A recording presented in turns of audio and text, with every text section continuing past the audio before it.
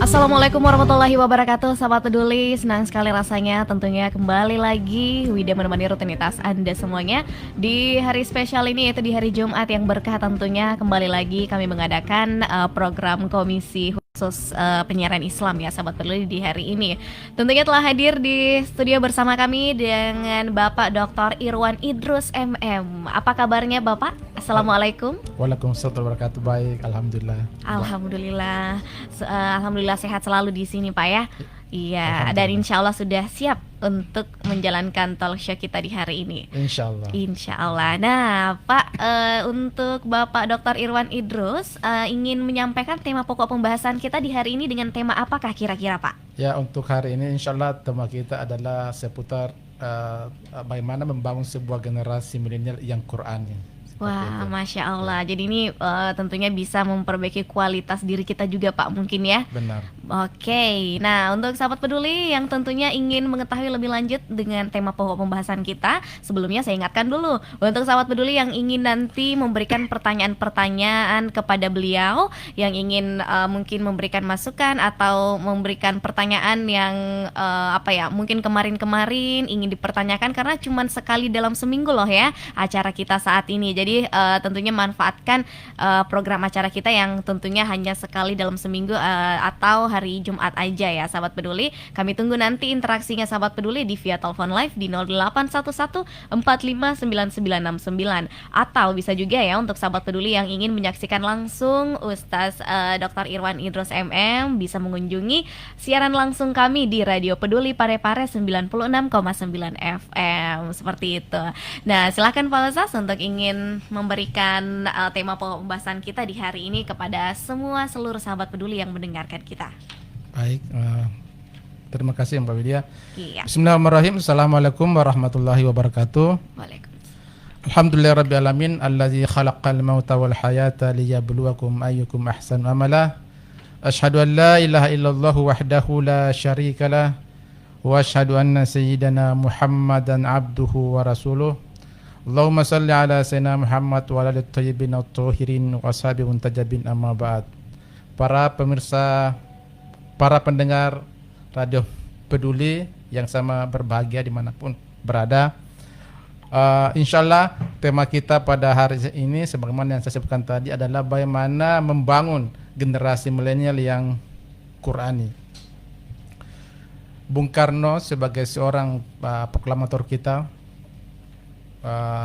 pernah mengatakan bahwa berikan aku 10 pemuda, saya akan mengguncang dunia. Saya kira ini sebuah pesan yang penuh dengan makna yang sangat mendalam, bahwa untuk membangun sebuah bangsa, untuk merubah sebuah dunia itu ada di tangan generasi kita, ada di tangan para pemuda. Oleh karena itu generasi kita ini sebagai pelanjut tongkat estafet kepemimpinan ini sangatlah penting untuk kemudian bagaimana membangun nilai karakter akhlakul karimah, dan tentu juga generasi yang kreatif dan inovatif. Nah, generasi milenial ini kita tahu bahwa adalah generasi ya yang melek dan adaptable dengan teknologi ya, yang mungkin kesehariannya tidak bisa dilepaskan dari dunia maya atau media sosial. Nah, tentu banyak hal yang kita bisa lihat ada dampak positif dan negatif dari penggunaan teknologi ini. Nah, disinilah peran kita bagaimana kemudian agar generasi milenial ini, ya meskipun sekarang sebetulnya kalau kita mencermati lebih jauh, saat ini sudah bukan lagi generasi tapi generasi Z. Bahkan ini ke depan ada generasi alfa, generasi beta. Tapi tidak apa-apa, kita secara umum saja bahwa generasi kita yang kemudian sangat adaptable dengan teknologi, dengan dunia digitalisasi, kita sebut secara umum sebagai generasi milenial, seperti itu. Nah, saya akan mencoba untuk melihat dari kacamata Al-Quran bagaimana sebetulnya dalam membangun generasi itu. Ini saya kutipkan dari surah Luqman ya. Bagaimana misalnya Luqmanul Hakim ini, ya beliau itu bukan seorang nabi, bukan seorang rasul, beliau orang saleh, tapi ya pesan-pesan yang diberikan kepada generasinya, kepada anaknya itu sangat-sangat penting buat kita semua. Yang pertama apa? Kata Luqman, wa qala Luqmanu libni wa huwa yad'u, ya bunayya, wahai anakku, la tusyrik billah. Yang pertama adalah yang kita harus tanamkan kepada generasi kita adalah la tusyrik billah. Jangan sekali-sekali syirik, ya. Jangan sekali menyekutukan Allah. Ini sangat penting, ini pondasi tauhidnya. Jadi anak-anak kita harus dibahasakan bahwa tidak ada kekuatan apapun di dunia ini, di alam semestanya, kecuali kekuatan dari Allah Subhanahu wa taala. Pernah suatu ketika Nabi dikejar oleh para musuhnya. Kemudian setelah terjebak, musuhnya ini ya sudah mengacungkan pedang ingin membunuh Rasulullah. Dan ditanya, wahai Muhammad, siapa yang akan sanggup menolongmu saat ini? Dengan keyakinan yang sangat tangguh, Rasulullah mengatakan, Allah. Penyebutan Allah itu kemudian bergetar musuhnya ini, kemudian tidak bisa kemudian melanjutkan niatnya untuk membunuh karena pedangnya kemudian jatuh. Nah itu kita ingin generasi kita itu generasi yang betul-betul dia tidak akan tunduk kepada siapapun kecuali kepada Allah Subhanahu wa taala. Tidak akan minta tolong kepada siapapun kecuali kepada Allah Subhanahu wa taala. Nah, kalau seperti itu, jangan sampai kemudian anak kita dikit-dikit saja justru ketergantungan yang lebih terhadap dunia teknologi, digitalisasi, padahal ya harusnya ketergantungan kita secara hakiki hanya kepada Allah Subhanahu wa taala. Teknologi hanya sebagai pembantu saja, membantu kelancaran aktivitas kita, mempermudah dan seterusnya. Nah, yang kedua adalah wa wassaynal insana biwalidayhi hamalatuhu ummuhu wahnan ala wahnin. Nah, ini yang kedua. Setelah kita betul-betul tauhidnya kuat, ya, bahwa sandaran kita hanya kepada Allah Rabbul Jalil, yang kedua adalah kita harus berbuat baik, berbakti kepada kedua orang tua kita. Ingat anak-anakku semua, para generasi milenial ini ya, kita tidak akan mungkin hadir di dunia ini tanpa kedua orang tua kita. Itu tidak akan mungkin. Karena asbab orang tua kita lah sehingga kita hadir di muka bumi ini. Bahkan ya, utamanya ibu kita yang melahirkan kita, anak-anakku semua ya, di era digital sekarang ini, karena keasikannya dengan dunia maya, berselancar di dunia maya, kadang-kadang ketika dia berhadapan dengan orang tuanya masih juga konsentrasi dengan smartphone-nya misalnya. Ini menjadi sisi lain yang mesti betul-betul kita perhatikan, anakku semua, karena tidak ada orang yang sukses tanpa ridha kedua orang tuanya, utamanya ibunya sekali lagi. Makanya ketika Nabi ditanya, ada salah seorang sahabat mengatakan, kepada siapa ya Rasul saya harus berbakti? Rasul bilang, kepada ibumu. Setelah itu ya Rasul, kepada siapa lagi? Rasul bilang, kepada ibumu. Setelah itu Rasul, kepada siapa ya Rasul? Ibumu. 3 kali ibumu, ibu baru bapakmu. Artinya apa? Perang ibu ini sangat vital dalam kehidupan kita. Mulai dari ketika orang tua kita, ibu kita hamil, kemudian melahirkan antara hidup dan mati, mendidik dengan lindangan air mata dan kesusahan anakku semua. Makanya sekali lagi, yang kedua adalah kita harus betul-betul berbakti kepada kedua orang tua kita, baik yang sudah meninggalkan misalnya sudah di alam kubur, kita harus senantiasa mendoakan. Ini sebagai akhlak seorang generasi milenial, karena tidak bisa membangun bangsa ini kalau kita kemudian ada kedurhakaan kepada kedua orang tua kita. Yang ketiga adalah kata Luqmanul Hakim, ya bunayya, wahai anakku, innaha intakum mithqala habbatin min khardalin fatakum fi sakhratin aw fis samawati aw fil ardi ya'ti biha Allah. Di sini Luqmanul Hakim memberikan pengajaran bahwa wahai anakku, dimanapun kamu berada, maka harus senantiasa merasa diawasi oleh Allah Subhanahu wa taala. Nah, ini anak semua, kalau ini yang masuk ke dalam diri kita, bahwa dimanapun kita berada, mau di kantor, mau di sekolah, di tempat kerja, di pasar, dimanapun kita, tidak ada ruang yang kemudian Allah tidak hadir di situ.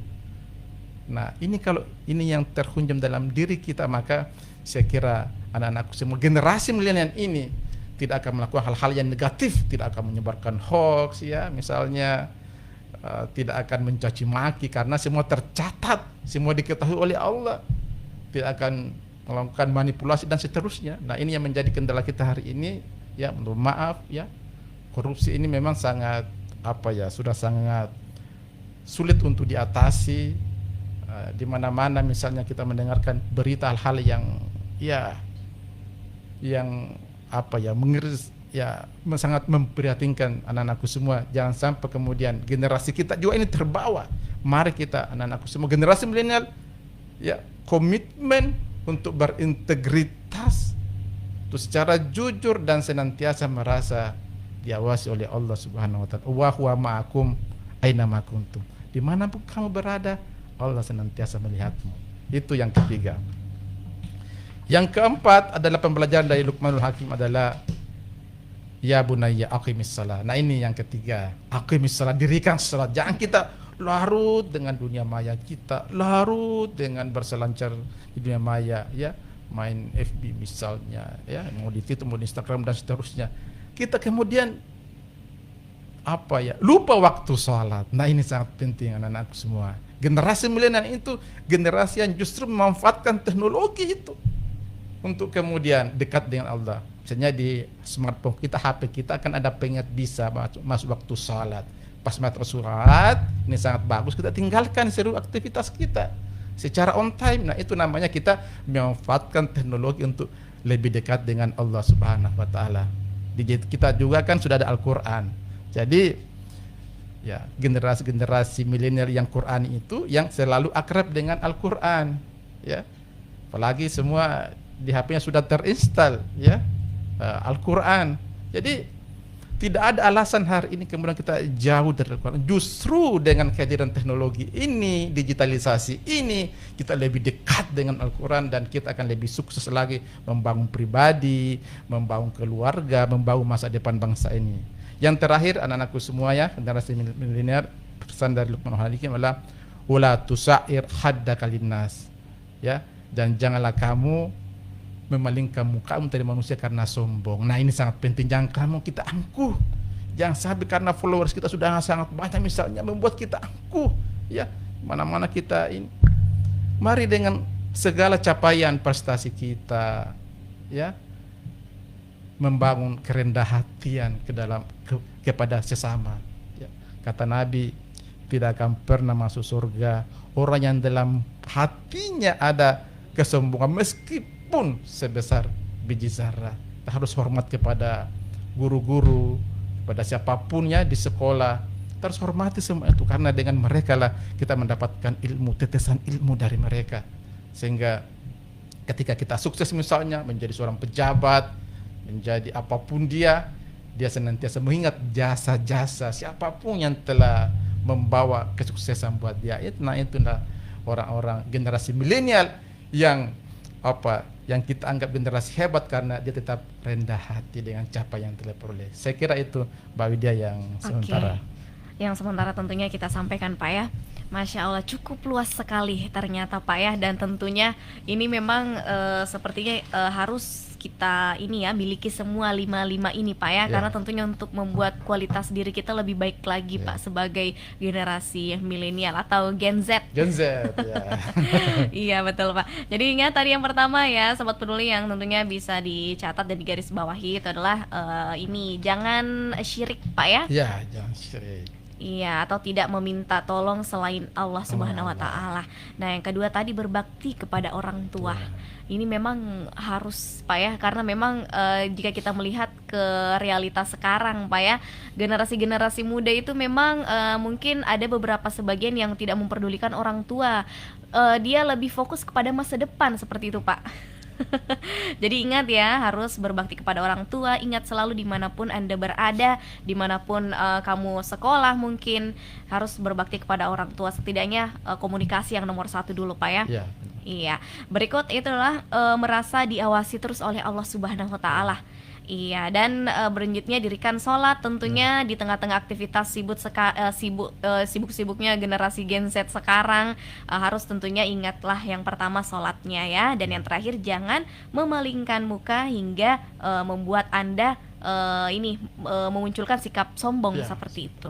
Oke, nah ternyata sudah ada interaksi dari penelpon, kita terima langsung saja.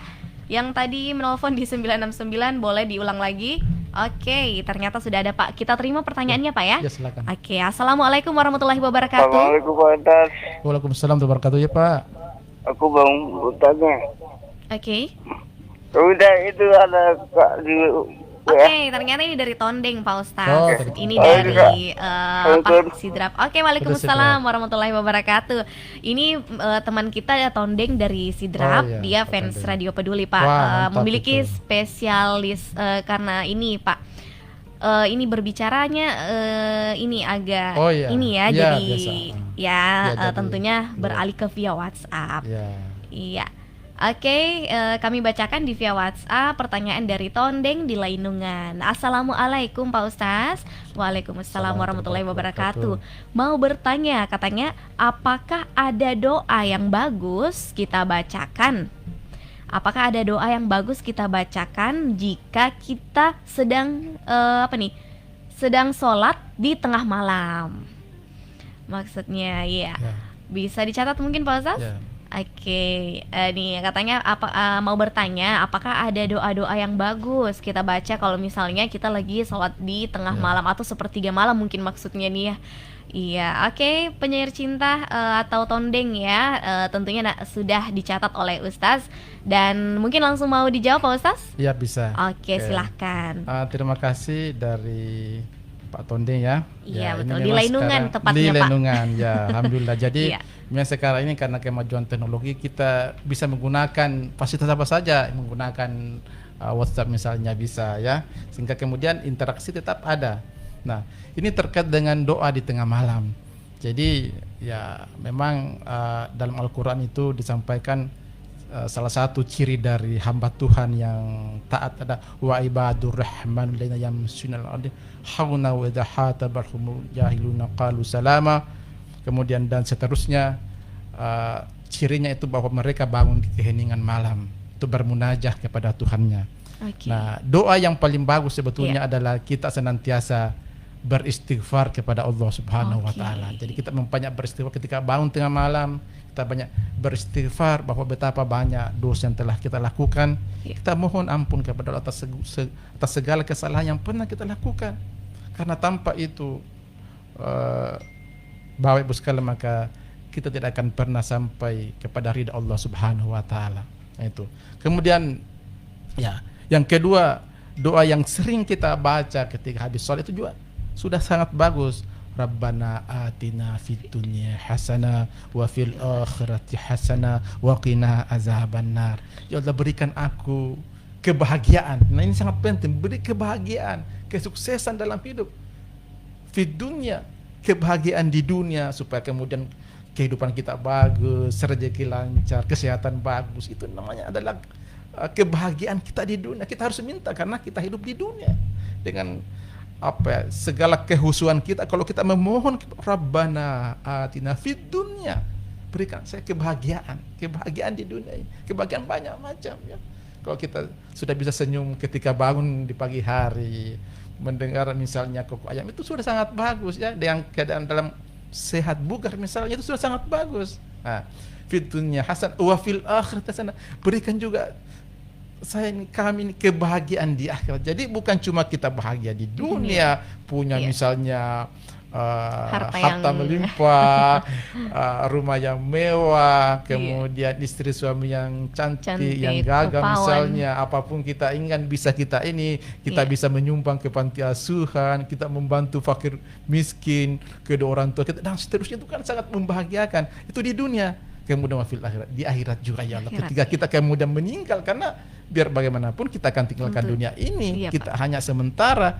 Nah, di sana juga kita mohon kepada Allah supaya diberikan kita kebahagiaan di Kebahagiaan di sana, akhirat. surga jannatun naim. Amin. Kemudian yang terakhir ada waqina azabannar. Kita juga mohon kepada Allah, jauhkan kami dari siksa api neraka. Ini itu sudah komplit di dunia, bagus, sudah bahagia di akhirat, bagus, dan terhindar dari api neraka. Saya kira itu Pak, yang Masya sangat Allah. bagus. Ya. Iya, luar biasa sekali Pak Ustaz. Saya juga ini baru mendapatkan ilmu lagi Pak Ustaz ya. Itu tentunya untuk Anda yang ingin mungkin apa ya, sholat di sepertiga malam atau terbangun pada tengah malam, itu banyak-banyaklah beristighfar tentunya, dan berdoa kepada Allah ya, atas segala keinginan-keinginannya tentunya. Oke, selanjutnya kita terima lagi Pak Ustaz ya. Ya, silakan. Iya, interaksi dari penelpon di 969. Halo, assalamualaikum, selamat pagi. Waalaikumsalam warahmatullahi wabarakatuh. Iya, ini dengan Aldi sepertinya ya. Iya, masih di Perbatasan Lembang. Pangaparan Lembang sana Pak. Lembang. Perbatasan Pinrang Polman ya. Oh iya. Iya. Iya. Oke. Bagaimana Aldi ingin bertanya kepada Pak Ustaz tentang apa? Ustaznya Ya. atas nama siapa ya? Mungkin baru bergabung ini Aldi ya. Baru Iya, dengan Pak Ustaz Dr. Irwan Idrus MM.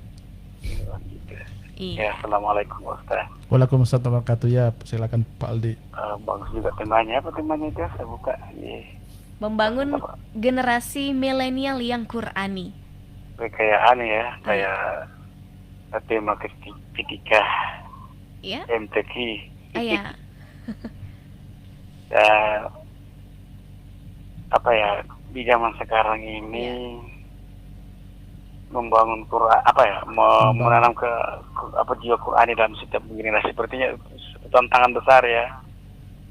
Karena kalau biasanya selesai maghrib, subuh, kalau kita melintas di rumah warga dimanapun, ya di sini saya lihat begitu ya, datang di tempat lain Iya. sudah jarang yang membaca Al-Quran. Oke. Adalah satu-satu apa yang dipegang itu HP-nya. Ya mungkin juga ada aplikasi Al-Quran di dalamnya, cuma ya banyak sekali yang mengganggu di dalamnya, karena bukan cuma bacaan Al-Quran saja, ada banyak sekali dalam. Jadi apa ya, langkah-langkah apa yang harus dilakukan sehingga menanamkan kebiasaan membaca Al-Quran ketika maghrib ataukah salat subuh.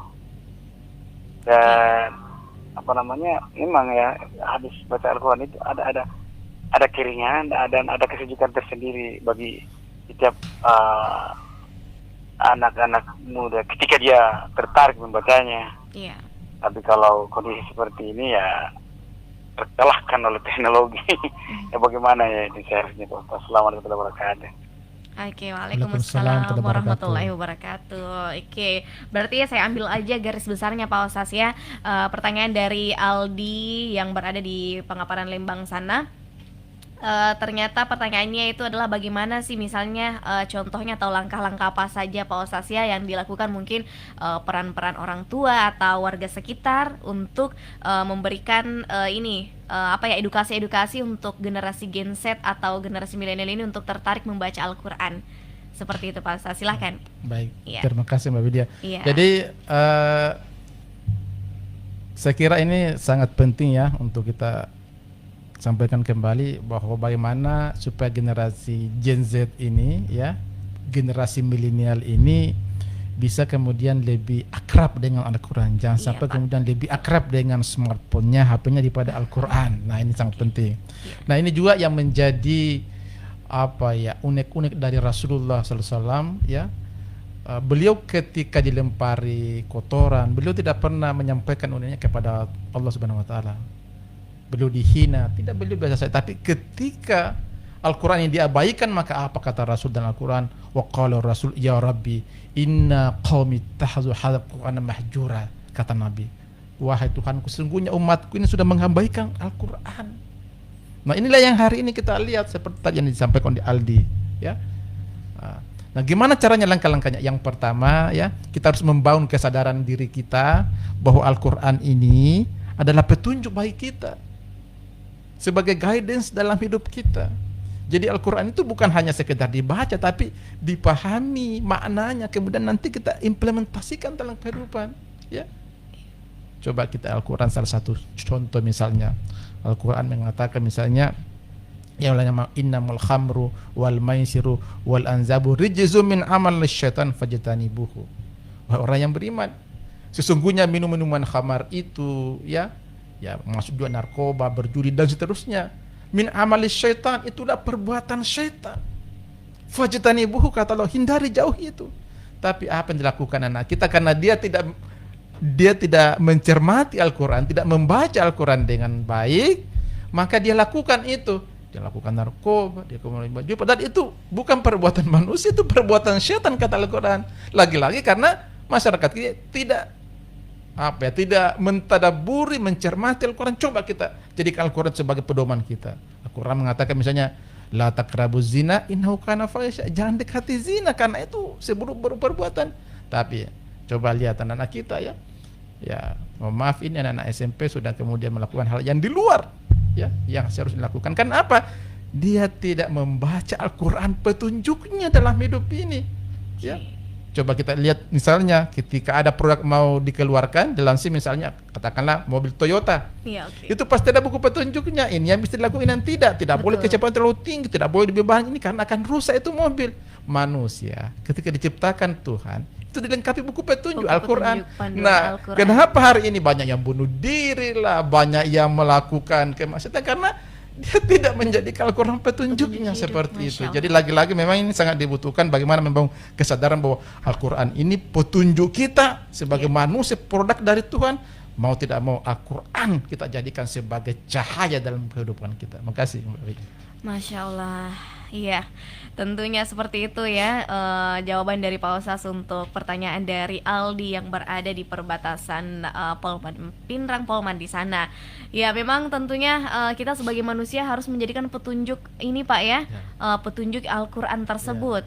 Iya, berarti begini juga Pak Ustaz ya, mungkin realita yang terjadi di tengah-tengah masyarakat yang mungkin ada beberapa ini bagaimana pandangan Pak Ustaz kalau misalnya ada beberapa misalnya generasi milenial lah Pak ya, yang hanya ini membaca Al-Quran saja, maksudnya dalam tanda kutip hanya menggugurkan kewajiban begitu. Bagaimanakah kira-kira pencerahan mungkin jika ada generasi milenial yang seperti itu Pak? Iya.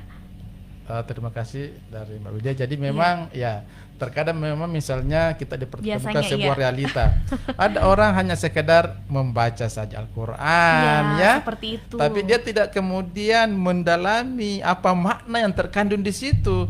Ya, itu tentu tetap punya pahala karena dia sudah membaca Al-Quran.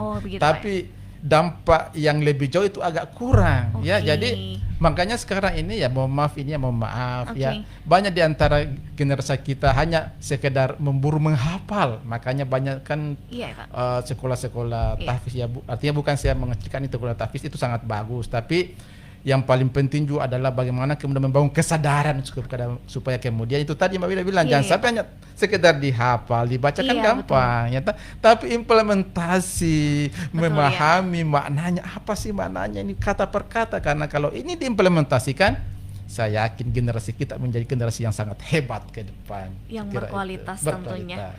Iya Pak, berarti ini masukan ya kepada generasi milenial yang mendengar kita, atau tentunya mungkin orang tua juga yang mendengarkan kita, punya anak-anak yang mungkin sudah beranjak remaja, berarti bisa tentunya memberikan edukasi kepada anak-anaknya Pak ya, bahwa jangan hanya sekedar membaca Al-Quran saja. Karena sekarang juga tersedia banyak sekali Pak ya, seperti misalnya ada terjemahan Al-Quran dan artinya. Berarti kita bisa mempelajari, oh begini artinya Al-Quran ini. Oke, Masya Allah sekali pembahasan kita di hari ini. Nah, kita kembalikan lagi kepada para pendengar yang ingin memasukkan beberapa pertanyaan-pertanyaannya. Tentunya mumpung ada Pak Ustaz Dr. Irwan Idrus di sini ya, ingin dipertanyakan sekedar mencerahkan ya, mungkin yang punya anak di generasi milenial ini yang mungkin sulit untuk diajarkan Al-Quran. Wah, berarti ini boleh memberikan ini edukasi-edukasi lain kepada anak-anak Anda yang mungkin mudah dimengerti anak-anaknya ya. Nah, sahabat peduli, untuk Anda yang mungkin belum bergabung lagi selanjutnya, mungkin masih ada beberapa yang ingin disampaikan Pak tentang tema pokok pembahasan kita di hari ini, Ya. atau pesan-pesan kepada sahabat-sahabat peduli semuanya yang mendengarkan. Ya, jadi apa di surah Al-Alaq ya sebagai Oke. ayat yang pertama turun itu adalah Iqra. Ya, Iqra, kita disuruh betul, bacalah. Jadi Oke. jadi kita sebetulnya perintah pertama turun itu bukan kita disuruh salat, bukan. Iya. Bukan disuruh puasa, tidak. Bukan disuruh zakat, tidak. Tapi apa? Disuruh membaca Membaca Iqra. dulu. Membaca Al-Qur'an, Iya. membaca realita kehidupan, mencermati ya. Apalagi Al-Qur'an. Jadi kita memang disuruh untuk membaca. Karena kenapa? Dengan membaca itu kita akan mendapatkan ilmu pengetahuan. Dengan ilmu itulah yang akan menjadi cahaya dalam hidup kita. Ini sangat penting anakku. Nah, sekarang itu apa ya? Budaya literasi kita itu sangat rendah. Ada beberapa riset itu dari 1.000 orang misalnya paling cuma 1 orang yang punya literasi punya semangat untuk budaya literasi itu untuk senantiasa bagaimana membaca. Nah, sehingga kemudian ini yang kita tertinggal generasi kita. Saya pernah Mbak Widya waktu saya di Bali, Oke. saya di atas bis itu saya beberapa turis. Itu sudah malam hari. Kita semua ini karena kecapean, kita Oke. sudah istirahat tidur. Iya. Ini orang bulenya di tengah malam begitu masih membaca pakai senter, saya bilang. Memang Oke. ini apa namanya Budaya. budaya membaca Betul, literasi Pak. yang sangat, sehingga mereka menjadi negara maju. Kita memang ini tertinggal karena perintah Terlalu Tuhan ini. yang pertama Iya. itu turun kita disuruh membaca. Itu yang terabaikan hari ini.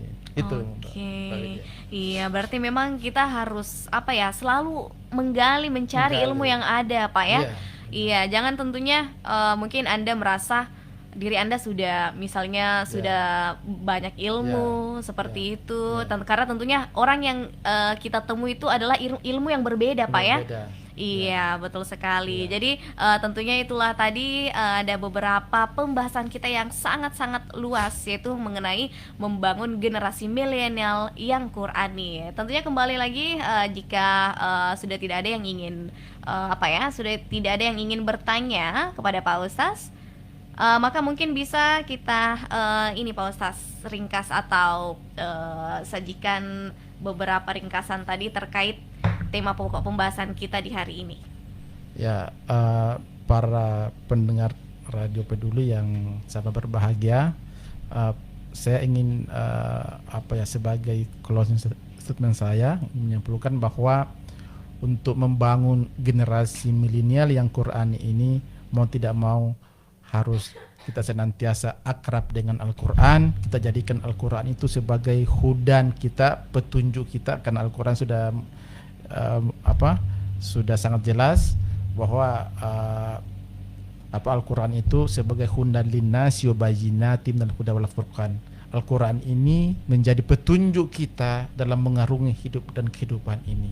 Mari kita senantiasa mengakrabkan diri ya, membaca, mentadaburi Al-Quran. Jadi perintah itu bukan hanya sekedar membaca, tapi mentadabur. Afala yatadabbaru. Kenapa kalian tidak mentadaburi Al-Quran? Artinya kita mengkaji, mengetahui maknanya, kemudian kita implementasikan dalam kehidupan kita. Mudah-mudahan generasi milenial ini generasi-generasi yang memanfaatkan teknologi ya, smartphone ini justru digunakan kita lebih dekat dengan Allah Subhanahu wa taala, karena Al-Qur'an sudah ada di smartphone kita. Betul. Kita bisa baca setiap Download saat, aplikasinya. kita download misalnya ya, Iya. ada terjemahannya, ada tafsirnya di situ, sangat Tafsirnya. lengkap. Tinggal kita mau tidak menjadikan teknologi ini untuk kemudian kita lebih dekat dengan Allah Subhanahu wa taala, untuk supaya kita sukses di dunia wal akhirat. Di dunia dan lebih-lebih kesuksesan di akhirat kelak. Saya kira itu Mbak Ida. Masya Allah, iya betul sekali. Itulah tadi sahabat peduli, tentunya penjelasan dari rangkuman segala tema atau pokok pembahasan kita di hari ini, membangun generasi milenial yang Qurani. Tentunya terima kasih kita ucapkan untuk Pak Ustadz Dr. Irwan Idrus MM, itu selaku ini Ketua Prodi Manajemen ternyata di Ya. Unpar Pak ya. Ya, benar. Oke, Masya Allah sekali. Semoga diberikan kesehatan selalu Pak Ustaz, Amin. sehingga kita bisa menjadwalkan kembali. Insya Allah Amin. kita belajar kembali Amin. di lain waktu di radio ini tentunya. Ya, itulah tadi Sobat Peduli, yaitu ada beberapa program kita yang tentunya setiap hari Jumat kita adakan obrolan pagi di hari ini. Dan untuk itu Sobat Peduli, semoga hari-hari Anda menyenangkan. Tentunya semoga hal yang kita dapatkan, ilmu-ilmu yang sangat luas kita dapatkan oleh Ustaz Dr. Irwan Idrus ini bisa membuat kita menjadi generasi yang tentunya bisa menjunjung tinggi, bisa mengamalkan nilai-nilai Al-Quran. Untuk itu insya Allah kita akan ketemu lagi di minggu depan lagi di hari Jumat tentunya dengan beberapa bintang tamu kita yang akan berbeda lagi. Untuk itu saya pamit dan Ustaz Dr. Irwan juga pamit. Wassalamualaikum warahmatullahi wabarakatuh. Waalaikumsalam warahmatullahi wabarakatuh.